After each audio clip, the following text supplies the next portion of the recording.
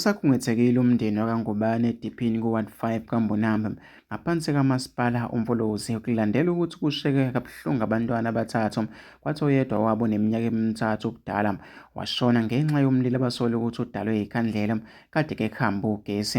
Ilungu lomndeni uMakhosonke Ngubane elandisa iziko lezindaba uthe lesi sigameko noma-ke sibashiye beshaqekile njengoba lo mlilo uvele-ke waba namandla ngokushesha.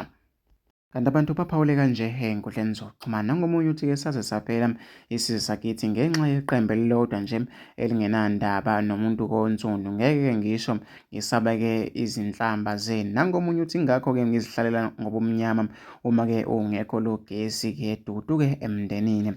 Nangomunye uthi-ke Eskom need to be held accountable. Angeke phela kade abantu-ke belahlekelwa zimpilo zabo nezindlu zabo-ke ngenxa yale-load shedding. Wengane zakwethu mina ngifisa ukuthi ngizwe uvo lwakho nombono wakho ukuthi ucabangani-ke ngalolu daba.